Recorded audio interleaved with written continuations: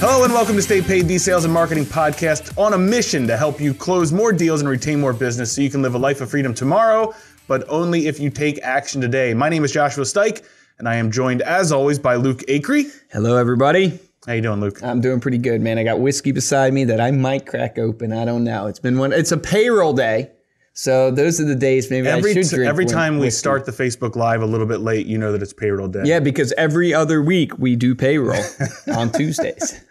We process it. So it's a great time to do a podcast with about spending money on your marketing. Spending money on your marketing, spending money on your people, spending money on... We're spending money on everything. I just wrote a purchase or signed a purchase order for a firewall.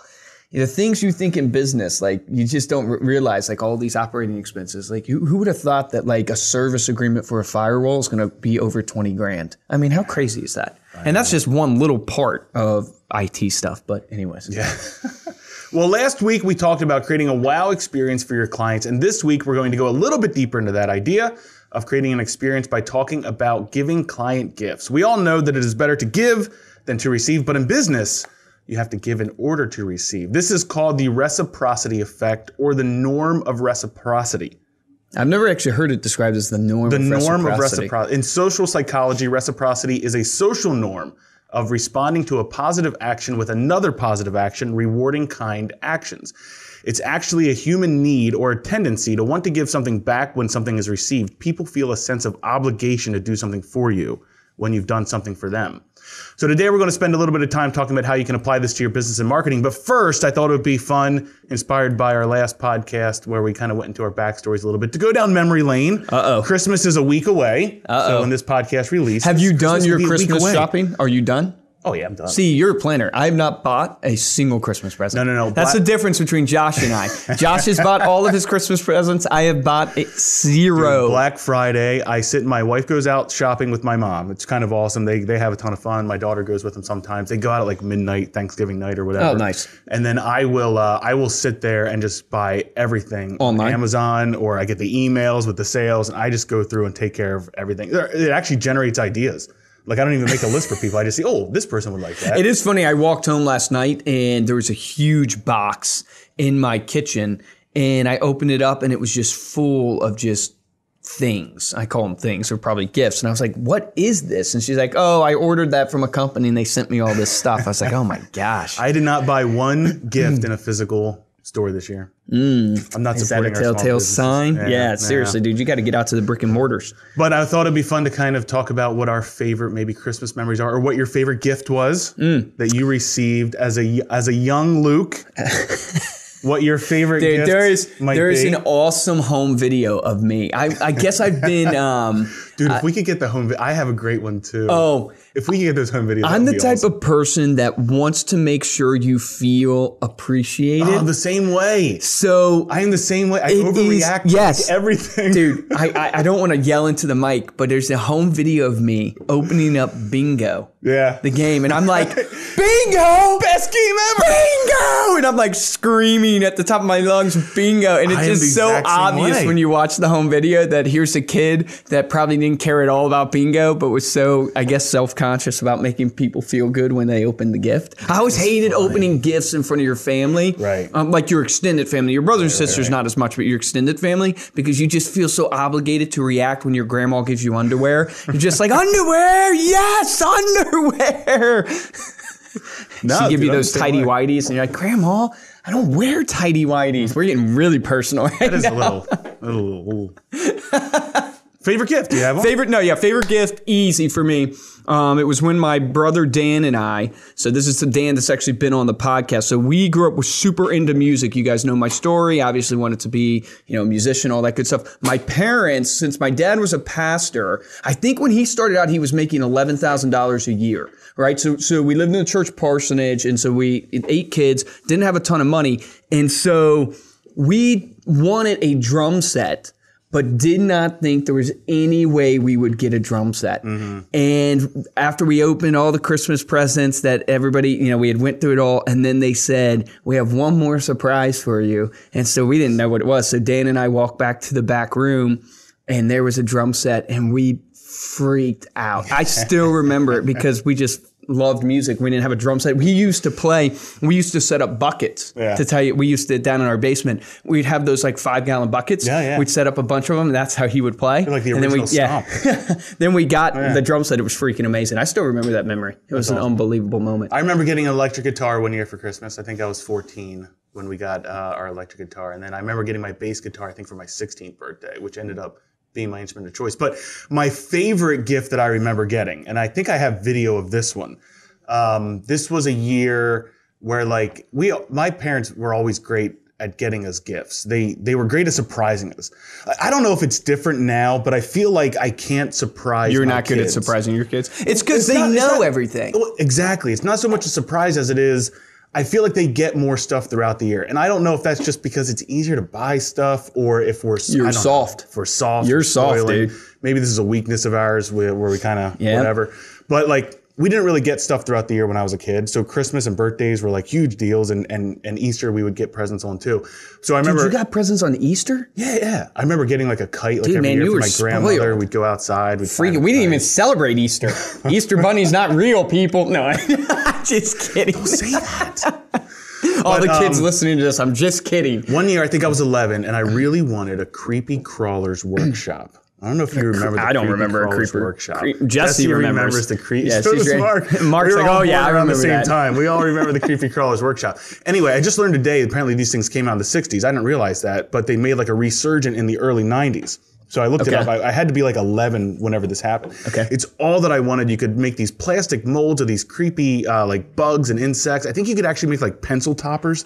Like pencil toppers were like a huge thing when we were in middle school or whatever. You can make your own pencil topper. And I remember opening that thing. We have like a video of it where, do you remember the video of the N64 kid? I don't remember the video, but I remember N64. The N64 kid where he got like so excited opening the N64. That was me with bingo. That was me with bingo right there. Workshop. I remember getting that thing and just absolutely being thrilled. So, but it's fun. It's fun remembering, fun making memories for the next. But that's what you have to do for your clients. I mean, that's what the whole reciprocity effect is the idea of do something nice for them. And it doesn't have to just be in a gift. Like what we have right beside us right here. If you're listening to this, you can't see it, but go to our YouTube channel because you'll see it on the video. This is a gift I literally got today in the mail from a friend / partner / somebody we're working with, and hopefully working with more in 2019. And they sent me a gift today. So it's not just about sending gifts, but it's amazing how I feel after receiving this. But more importantly, I feel almost more obligated. And Dean and Mike, if you're listening to this, when we're obviously working out our pilot program stuff, you almost feel more. You literally feel more obligated to do something back. In fact, Andrew Sachs and I had already planned on sending them a gift, but Andrew called me last night and goes because he had already received a gift from them. And Andrew's our vice president of sales on the financial services side, and he goes, Luke, we got to up our game, man. We got to up our game on what we're going to send them because they sent this. So it just shows you that the impact you can make on people, even with like small gestures. Yeah. And I think this is super important. If you're taking any point away from this podcast when it comes to the reciprocity effect, you mentioned you haven't gone to a store this year to buy a present. Yep. Right? Yeah. So all of our people that are listening to this, they are face-to-face relationship type salespeople. So what happens to them? Is online going to replace them? The reciprocity effect and the idea of making an impact on somebody is that much more important for our service-based sales professionals, real estate agents, insurance agents, financial advisors. How you make people feel will dictate, I think, your future success in the industry, because technology is going to change things. It's going to change how you do business, where you do business, all those things. But how you make people feel will remain, meaning like that's what's going to keep you in this business as a real estate agent, as an insurance agent. They won't really remember necessarily the contract stuff you did, but they'll remember the way you made them feel. Exactly. And that's all about the reciprocity effect. Yeah, it's like the old adage, people don't remember what you said, they remember how you made them feel. And that's really, it's super interesting. I looked up, there was in 1974, the sociologist, his name was Philip Koons, he conducted an experiment. He mailed out 600 handwritten Christmas notes with a picture of his family in it to 600 randomly selected people, complete strangers. Really? Right? So when was, if you mailed out 600 things to strangers, how many would you expect to respond? Maybe one. 200 people 200 responded to a complete stranger because it had a handwritten note and a picture of his family. And that is the power of the reciprocity effect. It's basically, since this guy had done something for them, sent them a nice note and that's simple. Personal. That's not even like buying, like White Glove sent me a bottle of whiskey and a couple booty That's a note and a photograph. Right? And he did something very, very simple. Yeah, so it's super interesting to see those experiences. Another one that I read about, this guy was in the book Influence, which is a great book by Robert Cialdini. I'm going to mess up his last name. But he had actually run an experiment where there was a case study in which waiters' tips increased by 3% when diners are given a mint and 14% when they're given 2 mints.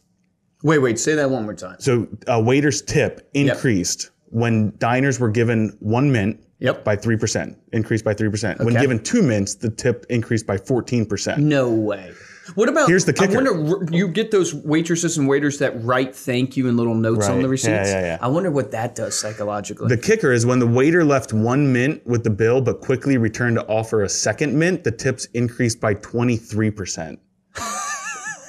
But what that is the unexpected gift. Yes, it's in the perception you just gave to that person of how you're singling them out, taking care of them, making them feel that much more special with a very, very small gesture. So apply that to your business.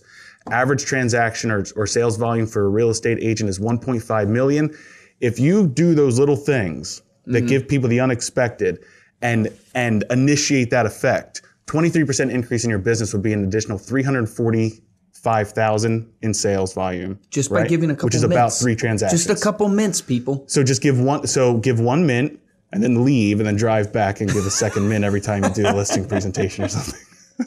Well, you think... I don't know how to apply that to your business, specifically for the mint, but think about the psychology behind it. Think about the power of what in your business can you do that is unexpected. Our last podcast we talked about on moving day, send a pizza. Correct. Right? Whenever they're moving, it's unexpected. His real estate agent sent him a cake on his birthday. Oh, that sounds great. Right? Send him a cake on his birthday. It is the main take. One of the main Mark's birthday takeaways was earlier this month. Happy birthday, Mark. Nice. Happy birthday. So the main takeaway is are you doing a mint type process in your business right now? Or do you have something now, replace mints with something Hashtag what is your mint? What is your mint? Yeah, exactly. Yeah. So are you doing something like that? And if you're not, and I think about us, are we doing that for our clients? And I feel like, we have these touch points that we do for people, and they're like little free coaching modules, how to follow up. But I wonder if that really makes them feel special, just being honest. Like when we teach people things and give them free content and free value, I think it's good.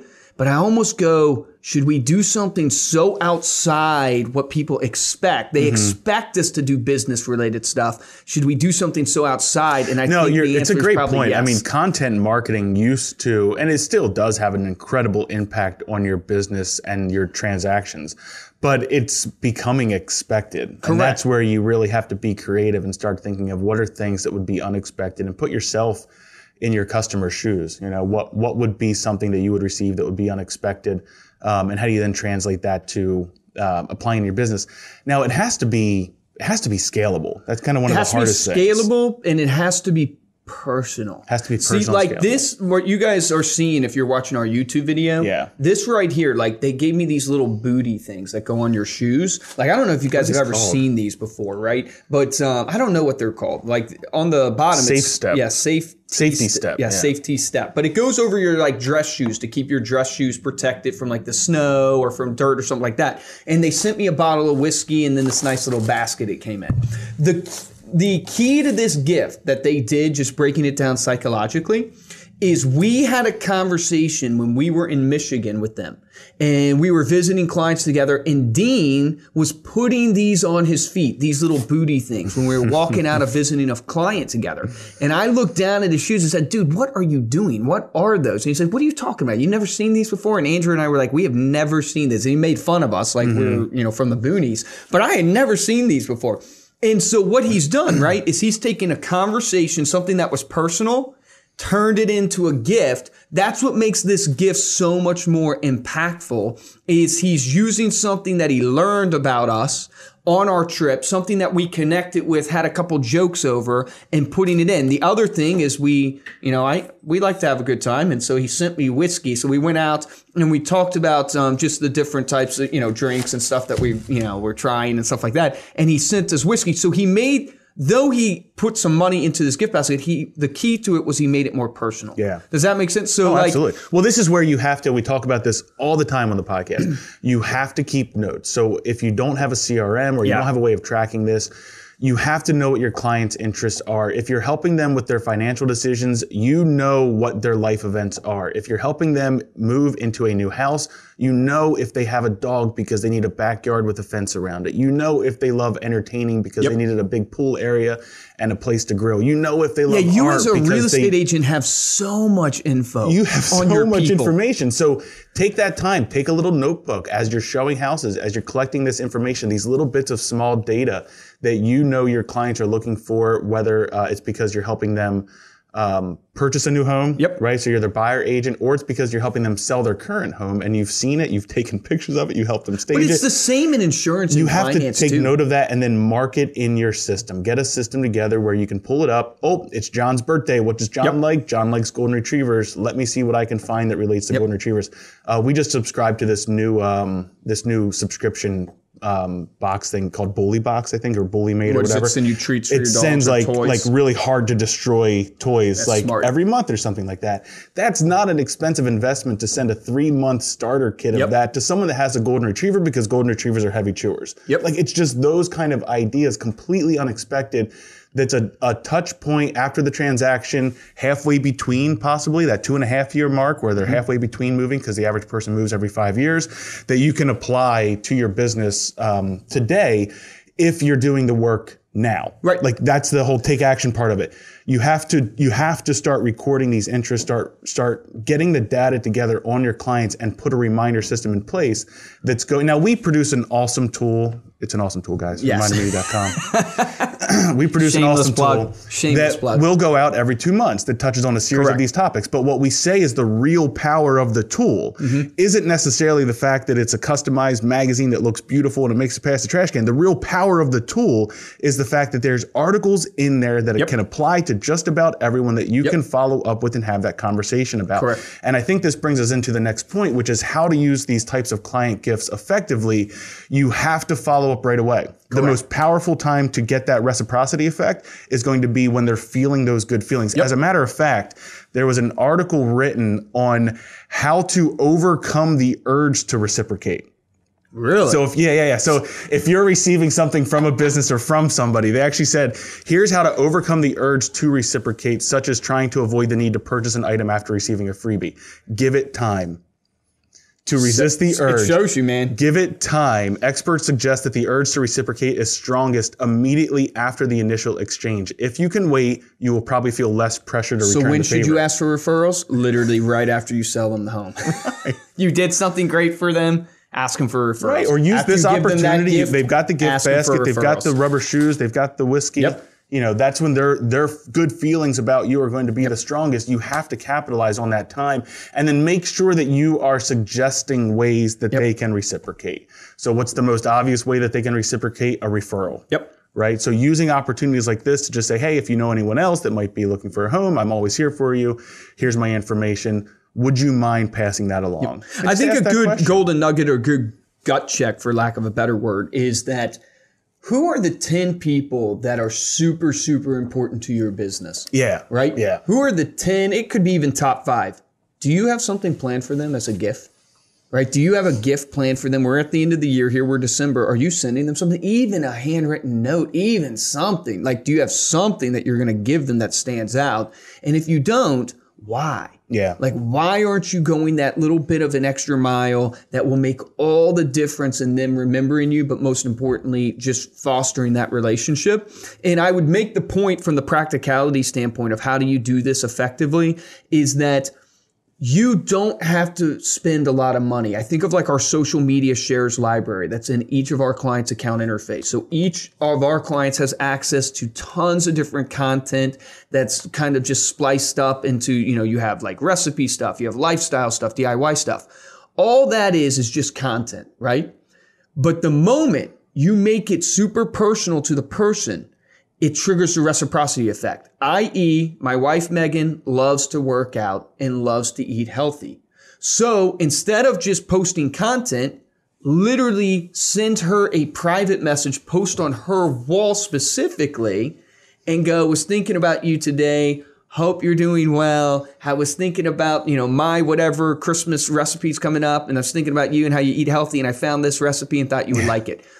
Literally, all you're spending is your time. You're spending no money, really. But the piece of content has nothing really to do with it. Yeah. It's all about I thought about you because of this. Yeah. That's the real key point. And if you want to know great salespeople, they compliment you like nobody's business. And you don't even realize what's happening to you. I know. You're just like, man, I feel really good around this person. They just make me feel really good. Greatest salespeople just compliment you, and they do it sincerely. They don't do it with just, even though they know what they're doing, but they literally compliment you. And there's so much in this. And if you guys listen to our podcast with Ed Stulak, where he talks about, because his whole life and his whole business is driven this way. It's all about this give mentality instead of a take mentality. Yeah. And naturally, for all of us as business owners, salespeople, our feet hit the ground. It's take. It's how do I get a close today? How do I get a buyer today? How do I get a seller?